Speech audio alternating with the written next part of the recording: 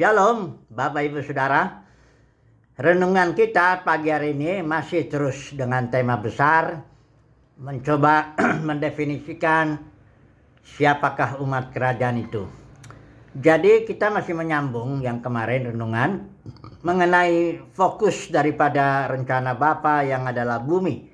Mari kita baca dulu ya beberapa dua ayat aja ini. Dari Mazmur 115 ayat yang ke-16.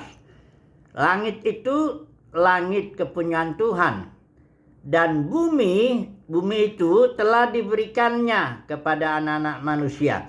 Jadi langit atau sorga itu punya Tuhan, ya bukan berarti bumi bukan punya Tuhan, tapi maksudnya bumi sudah diserahkan, diberikan kepada anak-anak manusia. Mengapa demikian? Karena memang rencananya semula baiklah kita menjadikan manusia serupa segambaran kita supaya mereka berkuasa atau menaklukkan segala sesuatu di bumi. Jadi memang bumi ini yang sudah diserahkan kepada anak-anak manusia. Bahkan bumi itu merupakan upah bagi orang yang lemah lembut. Kalau sudah baca di Matius pasal 5, Yesus bilang begini, "Berbahagialah orang yang lemah lembut, karena mereka akan memiliki bumi." Jadi bukan memiliki sorga. Sorga itu kepunyaan Tuhan. Nanti jujur kepunyaan Tuhan itu yang akan turun ke bumi. Kita disuruh berdoa, "Datanglah kerajaanmu." Ya, maksudnya datanglah kerajaan sorga yang dari dimensi sorga itu turun ke dimensi bumi, itu maksudnya. Supaya apa? Supaya kehendak Tuhan jadi di bumi sebagaimana jadi di sorga, begitu ya. Nah, saya mau menyampaikan 2 poin aja ini dalam renungan ini terkait dengan tema kita bahwa fokus umat kerajaan itu bumi, bukan mau ke sorga, bukan. Karena apa? Karena kita sudah warga negara sorga. Begitu percaya Tuhan Yesus, kita sudah menjadi warga negara sorga. Kita sudah dipindahkan dari kerajaan gelap ke dalam kerajaan sorga, kerajaan terang. Kita juga sudah didudukan bersama-sama dengan Kristus ya di alam sorgawi ya. Jadi kita sudah di dalam sorga dalam pengertian batiniah kita. Itu sebabnya kita harus berdoa supaya apa yang dalam batin ini itu tertampil di bumi ini. Jadi tetap harus bumi fokusnya. Nah, mari kita melihat dulu 2 poin. Yang pertama, percakapan Yesus di malam terakhir itulah. Karena itu udah sangat penting itu. Kalau orang udah malam terakhir dia udah tahu besok Yesus akan mati, disalib, dia nggak mungkin ngomong yang nggak penting-penting tuh. Itu udah sangat terlalu amat sangat penting lah ya. Sebab dia besok sudah mati, meninggalkan murid-muridnya secara jasmani ya. Nah, mari kita melihat dulu poin-poinnya apa sih yang dibicarakan 3 pasal itu ya. Pasal 13, 14, 15, 16, 17. Bukan 3 pasal berarti ya, lebih. Nah, pasal 13 kita lihat ini ada beberapa poin. Pembasuhan kaki ya. Itu supaya Petrus kan waktu itu tanya itu, ya kalau kau nggak dibasuh kau nggak dapat bagian dalam aku. Artinya ada relationship yang kau dapat bagian dalam aku. Berikutnya ada perintah baru di sini, mengasihi. Itu pun relationship ya. Tekanannya bukan sorga. Ini saya cuma bilang Yesus tidak pernah menyebut satu kali pun kata sorga, Uranus itu di dalam percakapan malam terakhir, kecuali dalam doanya di Yohanes 17. Nanti kita lihat. Kemudian perintah baru saling mengasihi, itu kan berarti relationship ya. Kemudian rumah Bapa. Nah, ini kesalahannya. Banyak orang menafsir rumah Bapa itu tempat. Enggak ada.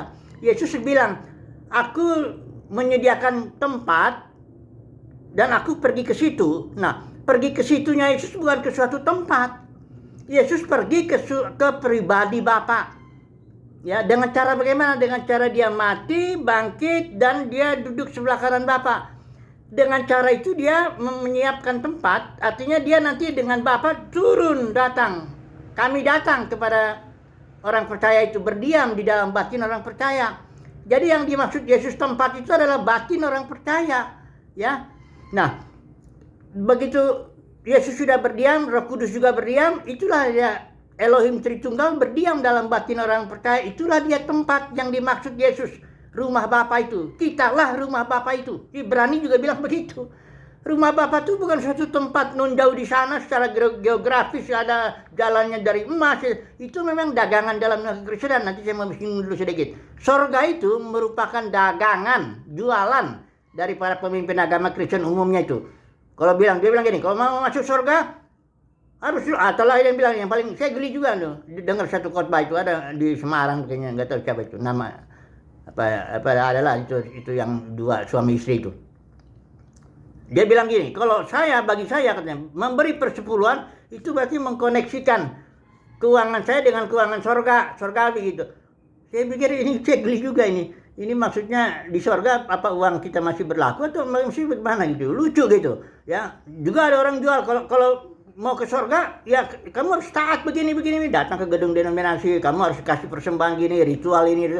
Jadi dagangan, jadi komoditi ya, barang dagangan, jualan surga ya. Para pengkhotbah agama Kristen umumnya jualannya surga.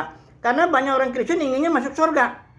Dia nggak sadar bahwa dia sudah menjadi warga negara surga, bahwa dia sudah duduk bersama dengan Tuhan di dalam alam surgawi. Fokusnya bumi, ya. Bagaimana supaya surga itu turun ke bumi, gitu. Kerajaan surga turun ke bumi supaya apa? Semua yang di bumi ini ditaklukkan, terjadi pemulihan segala sesuatu, gitu loh. Ya, oke. Jadi berikut lagi, rumah Bapa itu adalah ini ya, hubungan ya, relationship ya. Kemudian penghibur, Yesus bicara penghibur Roh Kudus ya, itu juga relationship. Kemudian pokok anggur, itu juga hubungan. Pokok dengan ranting ya, hubungan.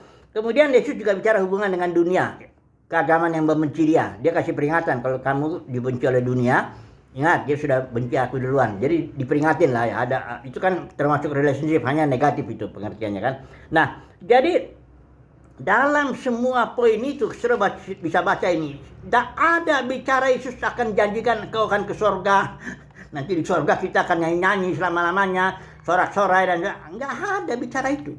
Yesus bicara relationship, dan poin yang paling penting di Yohanes 17 ayat 3 adalah mengenal. Perhatikan di 17 ayat 3 ini. Inilah hidup kekal, Zoe istilah Yunani itu, yaitu mereka mengenal engkau, relationship yang penting, dan mengenal Yesus Kristus yang kau utus.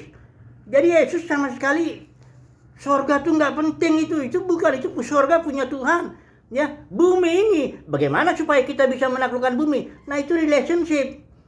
Ya, harus ada hubungan yang benar, pengenalan yang benar, baru kita bisa taklukkan di bumi. Ini kan bumi ini kan milik kita nih, sudah diserahkan kepada kita. Ya, jadi sekali lagi ya, hati-hati ya, dagangan surga, jualan surga ini, aduh, saya lihat ini udah gila-gila nih. Hampir semua orang, saya bisa pikir ya, barangkali 99% orang yang datang ke gedung-gedung denominasi itu tujuannya salah satu tuh ingin masuk surga, gitu loh, ya.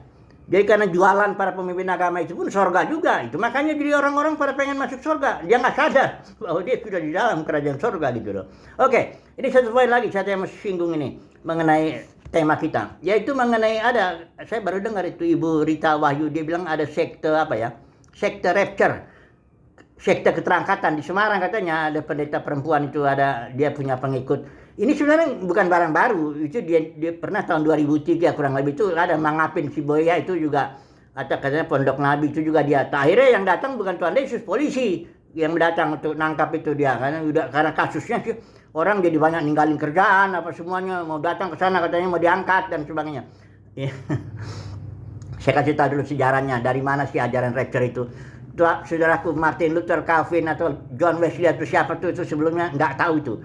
Ceritanya begini, di Inggris itu Margaret McDonald itu ada seorang perempuan, dia katanya dapat penglihatan. Dia melihat orang-orang kudus naik ke atas, terbang-terbang itu meninggalkan bumi. Nah, terus ada Edward Irving itu gembalanya, itu ditangkap itu. Nah, karena J.N. Derby itu tahun 1825, ini gerakan dispensasi teologi. Ini seorang teolog yang tangguh ini. Dialah yang merumuskan ajaran rapture itu. Nah, kemudian diimport ke Amerika, itu buku itu Alkitab Soviet Bible. Disitulah ajaran rapture namanya. Kalau udah ke Amerika itu pinter dagang, udah didagangin lah itu semuanya, ya. Jadilah seluruh dunia ini tahu bahwa kita akan diangkat. Diangkat kemana? Jadi fokusnya surga, makin gila orang, makin pengen fokus surga gitu, makin pengen ninggalin bumi ini ya. Sementara rencana Tuhan tuh bumi itu benar-benar itu bertentangan ya. Itu ayat-ayatnya banyak, ada 1 Tesalonika 4 itu dia secara letterlek kita akan diangkat Tuhan. Saudaraku, orang misalnya diangkat jadi bupati, kan bukan berarti secara fisik dia diangkat, ya kan? Diangkat jadi Pak RT itu, bukan secara fisik. Jangan pengertiannya jangan literal begitu. Atau yang di Matius itu tuh, yang kedatangan Tuhan seperti Nuh, satu diangkat, satu tinggalin. Sudah tahu nggak siapa yang diangkat itu oleh air bah itu? Itu orang-orang jahat diangkat dari bumi itu. Pergilah orang-orang jahat ini. Nuh itu dengan 8 orang itulah keluarganya. Dialah yang memiliki bumi, ya. Dialah yang tinggal di bumi. Ini orang-orang jahat yang pergi. Jadi kalau saudara ingin diangkat, hati-hati. Itu yang diangkat itu orang jahat yang nggak berhak atas bumi ini. Karena upah kita tuh bumi, bukan surga, ya. Semoga Roh Kudus sajalah yang bicara, ya. Sekali lagi lah, udah kesimpulan aja lah. Semoga saudara dan saya itu mendapat kasih karunia lah, ya. Untuk dipanggil, dipilih, dan menjadi umat kerajaan. Kita akan dibukakan oleh Tuhan gitu, ya. Kan terus diajarin ibadah dalam roh dan kebenaran. Ikutin aja pimpinan Roh Kudus. Itu relationship, deketin pimpinan Roh Kudus. Jangan ikut-ikut hanya ritual aja. Kebaktian-kebaktian yang kredo-kredo imannya hanya hari harus ini, harus hari Minggu, harus persekutuan, harus. Itu ibadah yang begitu nggak bikin orang kenal Tuhan, nggak bikin sama sekali. Saudara bisa 10 tahun, 20 tahun, 30 tahun manas-manasin bangku denominasi, saudara nggak akan pernah kenal Tuhan dengan cara begitu. Karena itu bukan ajaran Tuhan Yesus.